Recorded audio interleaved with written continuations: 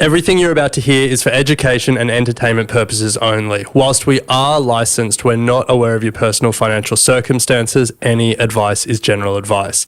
Equity Mates operates under Australian Financial Services Licence 540697. Equity Mates! I will say this about investing. Everything you do learn is cumulative. What I learned at 20 is useful. Equity.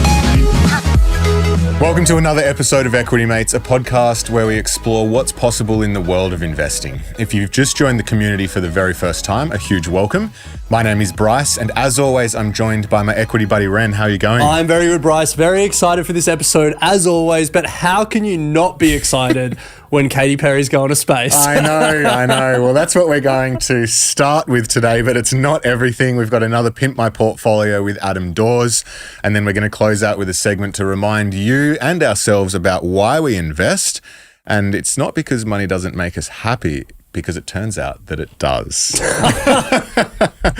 Just a reminder that this is the last week of our Basis Points launch here on Equity Mates. We've got 2 episodes to close out. If you've just joined us, Basis Points is our latest podcast here at Equity Mates Media. It's designed for financial advisors, but is accessible and free to everyone. We're talking to the best fund managers and best financial advisors in Australia on that show. All 6 episodes are available on the Basis Points feed and the Basis Points YouTube. We would also love it if you could sign up to the monthly email. There'll be a link in the show notes to do that. And Ren, the best part about it all is that if you are an advisor, all of the content is accredited by the FAAA, most of which is available for CPD points. The easiest way in Australia to tick off those CPD points, asterisks, according to us. Okay. News and markets. Well, Bryce, as I said earlier, Katy Perry's going to space. Is she coming back? Yeah, she is. And I promise this does have an investing angle to it. Oh, everything does. So the headline is that Lauren Sanchez, who is Jeff Bezos' fiance, has organised an all-girls space trip. A girls' trip. Yeah, which includes Katy Perry. That's their branding, not ours. That includes Katy Perry, the singer. Gayle King, CBS host, best friend of Oprah. Aisha Bao, a former NASA rocket scientist. I was worried there would only be entertainers on this trip. Amanda Nguyen, bioastronautics research scientist. Say that 5 times fast. And Kieran Flynn, a film producer. So the mission is to inspire future generations, and particularly future generations of women, to think about space more. And it's part of Blue Origin, which is Jeff Bezos' space rocket company's program to get more and more people above the Kármán line, which is like the line that divides the Earth's atmosphere and space. But the thing for me is when Katy Perry's going to space, we're all not that far away. I disagree. Okay, interesting. Tell me why you disagree. Well, I feel like it's still really expensive. So it's like we are all still a long way from going to space. I think. Speak for yourself. They're still trying to convince people. I don't think there's an overwhelming desire from a lot of people to go to space. I could be wrong. Rockets are blowing up left, right, and centre. Let me take each of those critiques individually. So, rockets are blowing up. We'll start there. The rockets that are blowing up are now these like Falcon 9 super heavy rockets that are trying to get to Mars. I get that, but that doesn't matter. The rockets that are just taking like Starlink satellites into low Earth orbit, or are taking people. It's still perception, though. Well, I'm just saying it's like, it's like, people aren't like, oh no, it's fine because all the low orbit ones are sweet. Well, okay, fair enough. And then the second thing, or the thing you said earlier, people don't want to go to space. You think people don't want to go to space? I reckon. Cost aside. I reckon if you walked out onto the street today and asked people, do you genuinely want to go into space? I reckon you'd find 6 out of 10 say no. Interesting. Yeah. Well, just wait until Katy Perry inspires a generation. Is she going to sing fireworks on the way up? Maybe, but that might be a bit on the nose because, as you're saying, rockets are blowing up. But look, I think it is a sign that whether Bryce wants to go to space or not. Okay, let me put it to you this way.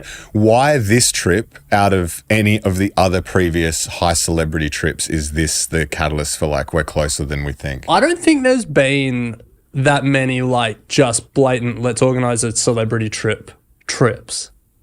But this isn't like a blatant let's organize. This is Bezos going, hey, Bezos we need some PR here. Bezos had his trip. Yeah. Which I think was pretty, like people were pretty inspired by that to see that.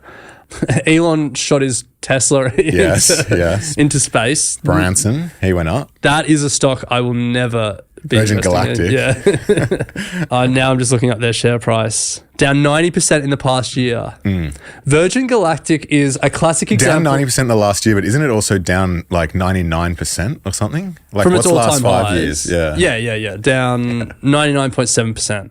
Virgin Galactic is a classic example of the investing idiom. What do you call a stock that's down 90%? A stock that can still fall, that can halve or something like that. Yeah, a stock that fell 80% and then halved. Yeah.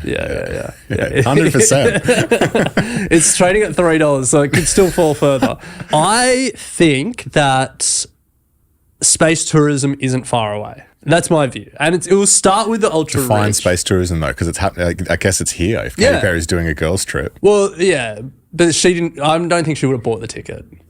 Yes. Yeah. I think the ability for rich people to buy tickets to go to space is not far away. It's not just me that thinks that. I think we're seeing more and more evidence that, particularly NASA thinks that.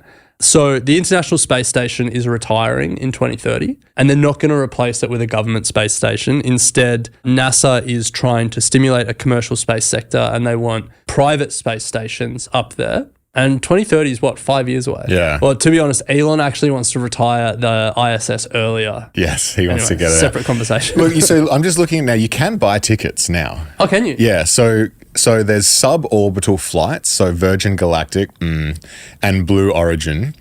What do they go for? Brief experience of weightlessness. Between 250,000 and 450,000. However, orbital flights.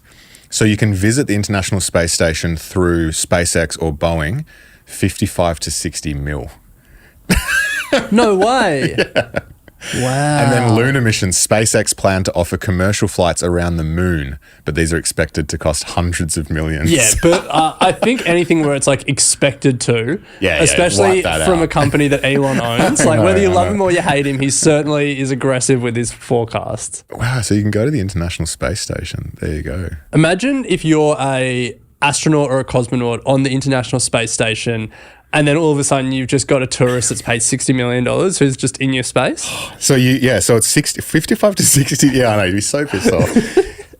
Once you then get on the International Space Station, a month-long stay on board is 1.4 mil.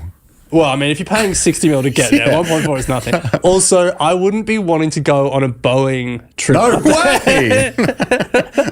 No way. We said there would be an investing angle here, so let's get to that. Because I think whether or not you're bullish on the space sector emerging anytime soon and people's desire to go to space, I think there's no doubt that there's huge value being created here in some of these companies. I mean, we start with the rocket companies themselves, Blue Origin and SpaceX, well discussed. SpaceX last raised at $350 billion valuation. Yeah. Or they last bought shares back from early investors and employees. To put that in context, if they were a publicly listed company, they would be the 27th largest publicly listed company globally. They would sit between LVMH and Home Depot. So like, massive. I don't think we'll see them list. SpaceX? Yeah. Why is that? Again, like, why do they need to? I reckon Elon loves having his private companies. I think so. Well, I mean, he gets booted from every company that he runs eventually. Zip2 he got booted from, PayPal he got booted from. Yeah. But Axiom Space is another one. So they're building a private space station, a space hotel, and I think there's going to be some like commercial, an office park or whatever you call the space equivalent. Okay. Yeah. A business part of the space station. Vast is they're building part of the replacement or a replacement for the International Space Station. Voyager Space is another one that gets a lot of buzz. The problem is a lot of these aren't listed. Yeah. Like, are these going to be commercially viable? Like, the costs involved in these things, it's like... Well, I mean, SpaceX is commercially viable. Yeah, SpaceX is commercially viable, but that I think the majority of SpaceX at the moment is not public facing. Let's take people on joy flights. Yeah, like no. Well, it's getting Starlink low Earth orbit satellites up. Like, I'd be more comfortable investing in SpaceX than I would be Axiom Space. Axiom Space, that's for sure. Yeah. So there are ETFs that track the sector and the publicly listed stocks that are trying to play in the space sector. Van Eck have one, their space ETF, ticker Jedi.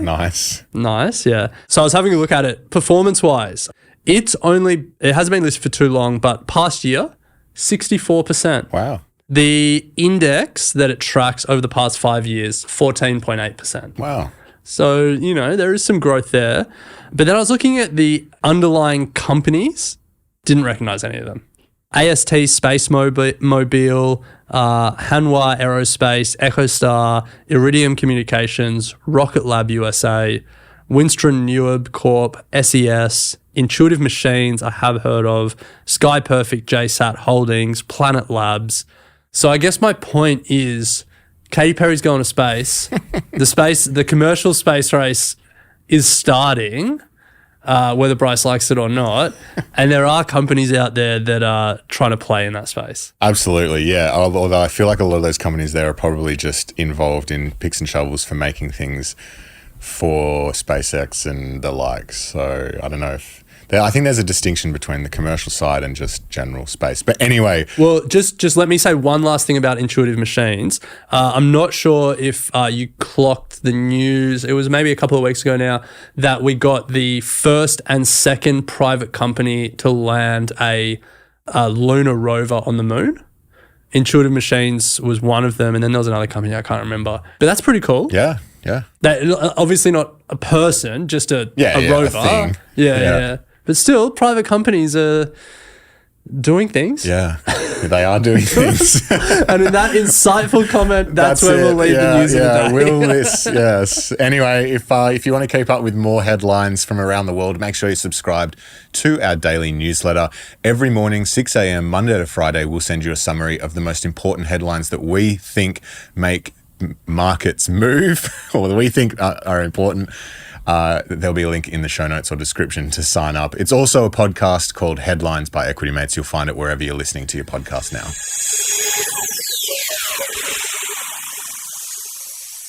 This is Pimp My Portfolio.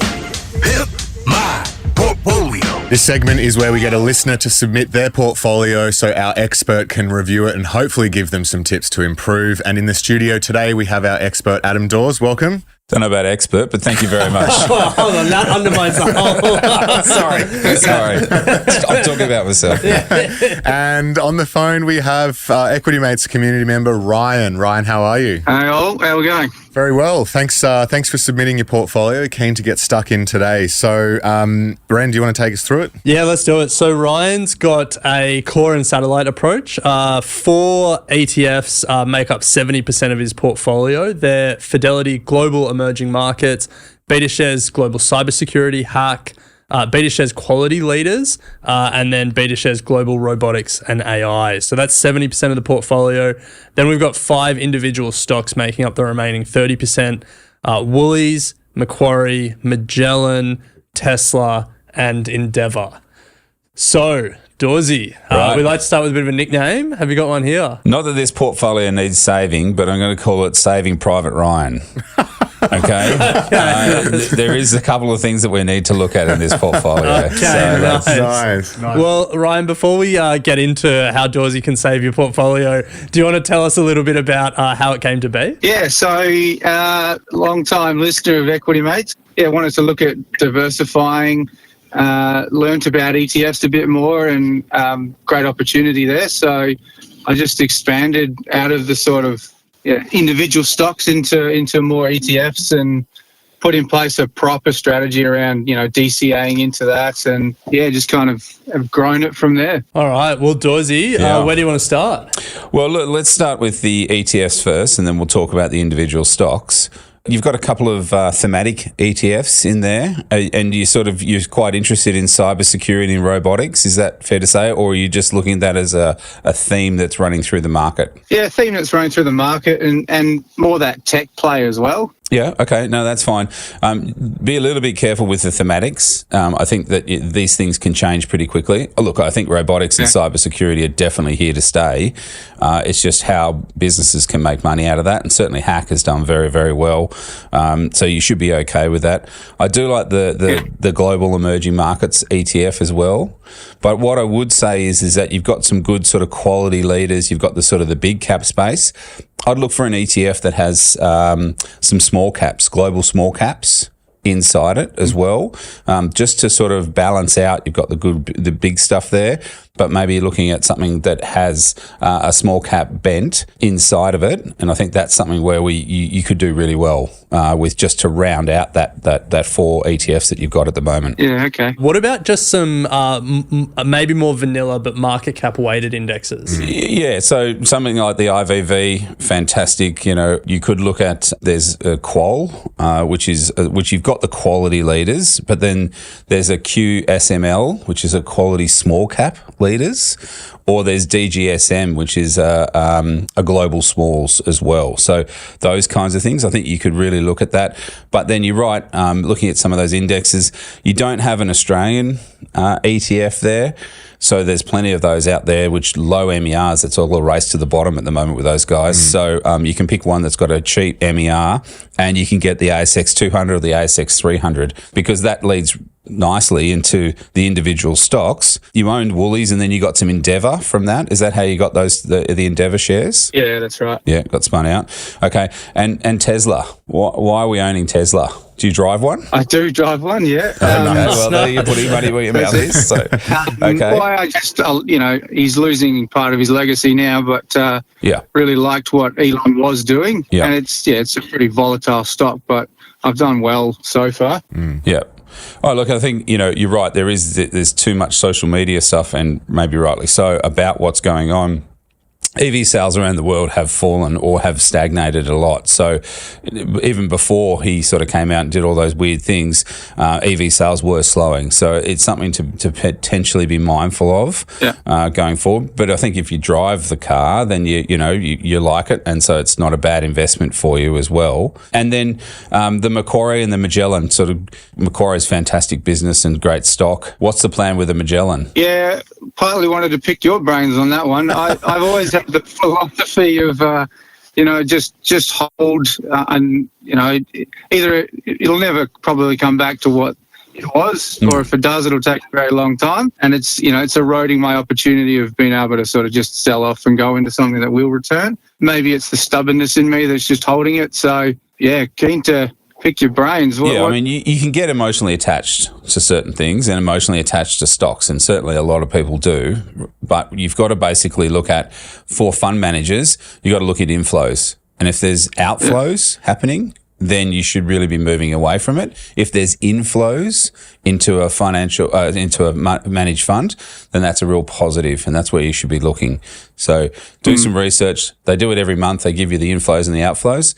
Just take a look at that over the last coming couple of months, and then you should be able to make your own decision on that one. Yeah. I think something to think about, Ryan, as well when it comes to these stocks, and something that I took a while to really comprehend, because I was the same, would just hold on to things until they effectively became so meaningless in the portfolio. But there's always an opportunity to do something else with the money that's sitting there, and I think you kind of just touched on it there. And so emotionally attaching yourself to it, thinking that, it might get back to where it was, like it may never, and you've just wasted a significant amount of time and opportunity where that could be sitting somewhere else. So I think to Adam's point, have a look at Magellan, have a look at the flow of funds, and you might be able to make a decision. Yeah. No, I think I agree with that. The takeaway for me here, Adam, it really is that there's a good sort of satellite overall, but perhaps some more index-based long-term bottom draw ETFs to kind of even out the thematics there, because as we talk on the show a lot, these thematic ETFs are not something that you want to be putting in the bottom drawer and just sitting there. With some of these thematic ETFs, you almost think of them as individual stocks in the way that you just keep checking them and what's the sentiment around the theme and is the thesis still there, because we've seen a few thematic ETFs or a few themes over our time turn pretty quickly. Yeah. Lithium. Marijuana. Marijuana, That was a big one. That's a deep cut. Yeah. And that's not to say they won't run for a long time. You know, like I own Hack and it's been great. Yeah, absolutely. Really, the whole time we've been doing this podcast. But just be mindful that if the sentiment turns, the ETFs turn as well. Yeah, no, I was very conscious of that, but I think you touched on it before. Like the ETFs that I've got, they're pretty strong themes at the moment and got a lot of runway in my view. Yeah. Well, high conviction. Yeah. That's good. Yeah, love it. Well, Ryan, thank you for joining us. Did you have any final questions for Dawesy while you've got him? Can we come up with another nickname? No. You'll have to resubmit your portfolio once you made the changes. I'll make some adjustments and we'll go again. Yes, nice. We'll keep Nice. us posted. But Ryan, thank you so much for submitting, and we really do appreciate you listening to the show and taking the time today to come on and share your portfolio with the rest of the community. So thank you so much. Thanks, gents. It was great. And thanks, Adam. Thank you. If you would like to submit to Pimp My Portfolio, head to equitymates.com/contact. All the information is there. And if you would like to speak to Adam and the team or any of our other advisors, head to equitymates.com/advice. But that's not all. Adam is doing a professional portfolio health check, where you'll get a personalized investment portfolio review, expert guidance that is aligned with your goals and risk profile, and a tailored statement of advice, all for $750 plus GST. So head to equitymates.com/advice if you're interested.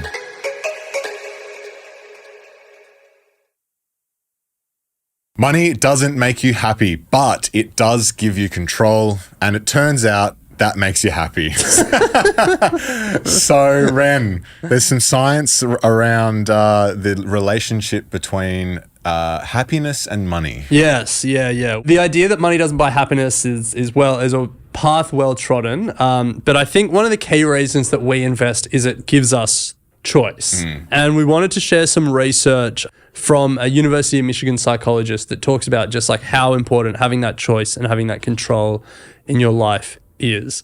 So Angus Campbell is a psychologist. He studied happiness and he found that it's almost impossible to group those that were happiest by any demographic factor. So income levels, it wasn't a determinative of happiness. So money doesn't buy happiness. Education, location, age, geography, none of these were great predictors of happiness.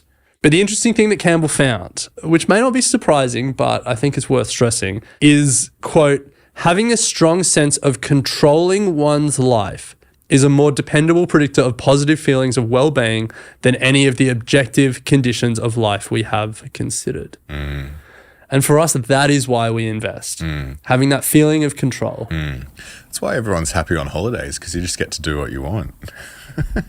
Yeah. Like you have complete freedom, complete control. But yes, you're right. Our whole purpose for investing is so that we can hopefully build enough of a financial foundation that allows us to do the things that we want in life. Yeah. And so when we think about why we invest and why we got started young and why we want to be really consistent with it, it isn't to, have the yacht. It isn't to retire early, but it's to have choices over what we do in our life. It's, choice over what job we take, or what job we leave. It's about, choice and control over when we start a family, where we start a family, and, where we travel with that family, where we live with that family. When we want to retire, we have control and choice over that. And there's no doubt that our lives will be hit by uncertainty and chaos and randomness, and financial shocks happen and life happens.